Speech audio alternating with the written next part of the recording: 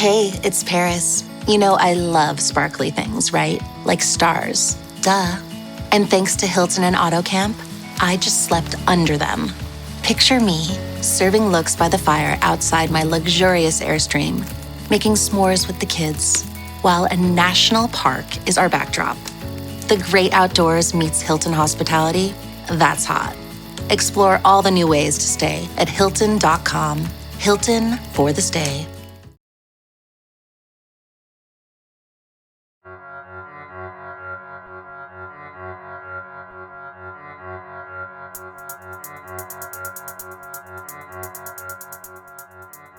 Welcome back to Drilled. I'm Amy Westervelt. We launched our Drilled News Climate COVID Policy Tracker just a little over a week ago, and already we're up to 50 examples of the fossil fuel industry using this global health pandemic to roll back regulations, push through permitting for controversial projects, and seek all sorts of government help to keep itself afloat. The problem there isn't just that it's gross to profit from a pandemic. It's that this is happening during a really critical decade. These are years when climate scientists say that for the world to have a shot at averting catastrophic climate change, industrial nations have to slash greenhouse gas emissions. The absolute last thing we need are policies and incentives that encourage the opposite. But it's not just a long-term problem. One thing we've heard about a lot from all over the country is that industry requests for regulatory relief are causing immediate health issues for the public. We talked on our last episode about what's happening in the Permian Basin in Texas, where fracking operators are releasing record levels of methane and volatile organic compounds, while local residents are trapped at home, unable to escape the fumes. Last week, we heard about another similar story in a small town in Colorado.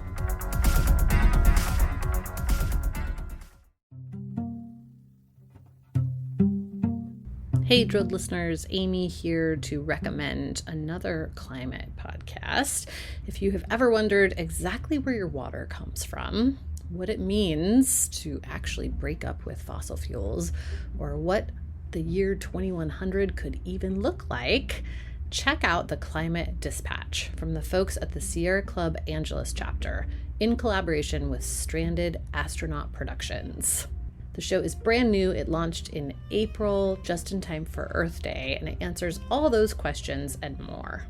The Climate Dispatch explores both global and local stories of the climate crisis through the lens of Southern California.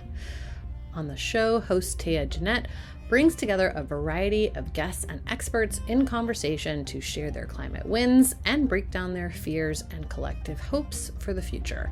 Some featured guests include Time 100 Next recipient and climate activist Naleli Kobo, Troy Stevens, creative manager of Grist Magazine's Imagine 2200 Climate Fiction Contest, Aru Shaini Ajay, executive director of the Sunrise Movement, and Allison Chin, president of the Sierra Club Board of Directors. Each episode will also feature a local LA-based band or musician to play out the show. Check out the Climate Dispatch at sc.org/climate dispatch or wherever you listen to podcasts.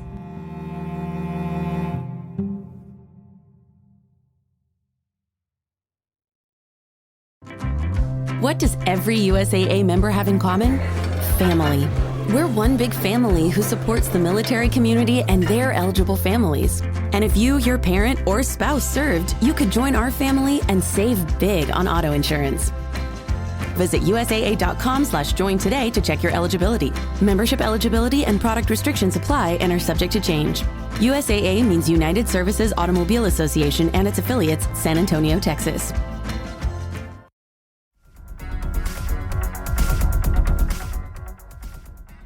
I'm Guyleen Castriata, the Mayor Pro Tem for the City and County of Broomfield. One part of Broomfield is located pretty close to a major fracking site operated by Extraction Oil. We have a very engaged group of residents who live in close proximity to the Livingston pad, which is an 18-well mega pad that was approved in 2017 right before I was elected. It was also before the state passed a landmark bill that gave Colorado towns and counties the right to prioritize citizens' health over oil industry profits. You'd think that would just be a given, but no, it had to be legislated. And of course, in the lead up to the passage of that legislation, a large number of projects were permitted very quickly. When this legislation was going through last year during the session, the amount of permits that were rammed through the COGCC was like in the thousands. Unfortunately, that wasn't in place when Extraction Oil and Gas said they wanted to drill. And at that point, the state setbacks were all local government to rely on, which were 500 feet from homes, in occupied structures. So that council did negotiate an operator agreement to get a little bit larger setback. We're talking, 1,000 feet, 1,300 feet, which at the time was, they thought it was a win. Extraction said they had a quiet fleet. We wouldn't even hear it. They have a closed loop system that captures all the fugitive emissions, and it was state of the art. So they started last July, and the odors were horrible. The complaints we received from the impacted residents were in the hundreds. The noise, because it was a 24/7 operation, was intolerable. People couldn't sleep. People couldn't enjoy their homes. They couldn't go outside in their backyards. I mean, it was horrific. So we knew that everything that they were saying in the agreement wasn't actually true. That was in the summer of 2019. In the months since, those residents have organized and begun pushing for regulation and policy to curb emissions and noise. The residents have organized. They're very active and engaged, and they wrote us over 100 emails. And then the coronavirus pandemic hit. They're seniors, a lot of them. Anthem Range community is a 55-plus community. Their average age is 70. So they're self-quarantining right now. Can't leave their homes. The big problem right now is what's called flowback in fracking. That's the phase that the extraction oil wells are in at the moment. And notoriously, flowback has come with a lot of risks. Extraction Stromberger pad in Windsor blew up during flowback in December of 2017. So people are rightly a little bit scared that this comes with a lot more danger, because it's when the well first starts flowing back, just like it sounds, and producing oil and gas under high pressure. Right. And it's also the highest emitting phase, obviously, because the hydrocarbons are coming to the surface now. Guyleen and the rest of the city council tried to do something to protect the seniors living near this Livingston well pad. And we went to our public health director and asked if, there's something we could do to try to suspend this while the emergency stay-at-home orders are in place, to give them one less thing to worry about, so they could go back, if they could at least go in their backyards and get some fresh air and to not have this other layer of worry because they're an at-risk community. And then things got a little crazy. Extraction filed for a temporary restraining order before we even passed it. They got their day in court immediately, and we were immediately served with a temporary restraining order. You cannot even pass it, basically, until we go back to court and fight for the right to try to pass it.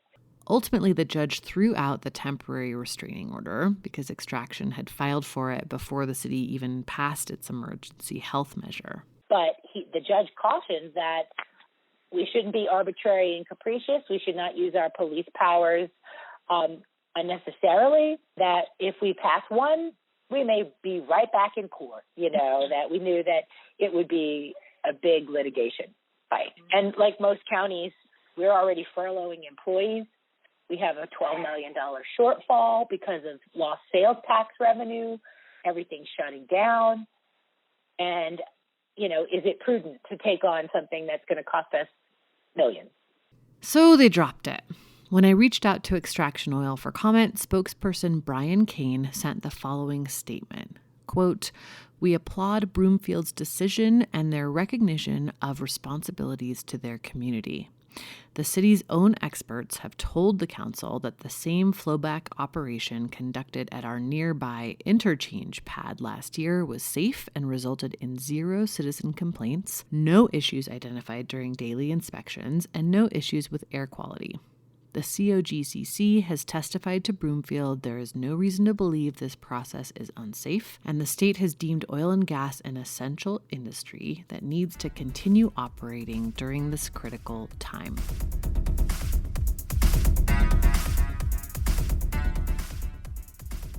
The city passed an emergency noise ordinance a few months before the pandemic hit in an attempt to deal with the noise of the Livingston facility. To try to limit the hours of operation to time hours like every other production in a residential area. They can't work overnight, but we had proof that they exceeded the noise limit.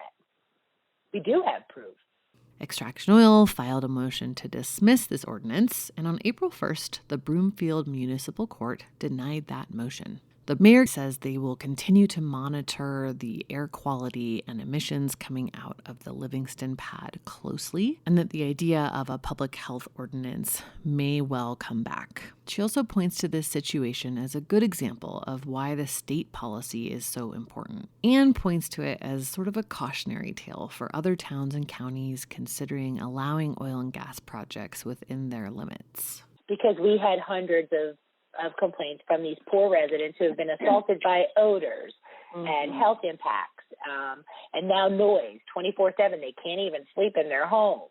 It's just been a nightmare. Don't let these people in your town. That's my takeaway. Don't let them in. Don't believe it. I thought I would be able to help, and I've done nothing but fight for the 2.5 years I've been in office to try to create equity for the people and give them a voice. But it's been a hard fight because, I'm sure you've heard the term petroleum republic.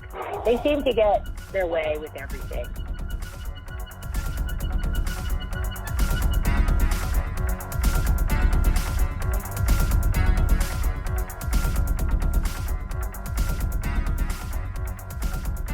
It for this episode. Thanks for listening. If you've heard about a rule waiver, a new law, a newly permitted oil and gas project, coal mine, anything like that, or any other pro-fossil fuel moves made under the cover of the coronavirus crisis that might undermine climate action, send us a tip. Those can go to pitches@drillednews.com. We'll be back next week with a look at what's happening in Louisiana right now. In the meantime, the last 2 episodes of Emily Atkins' Heated miniseries are coming later this week, so keep an eye out for those.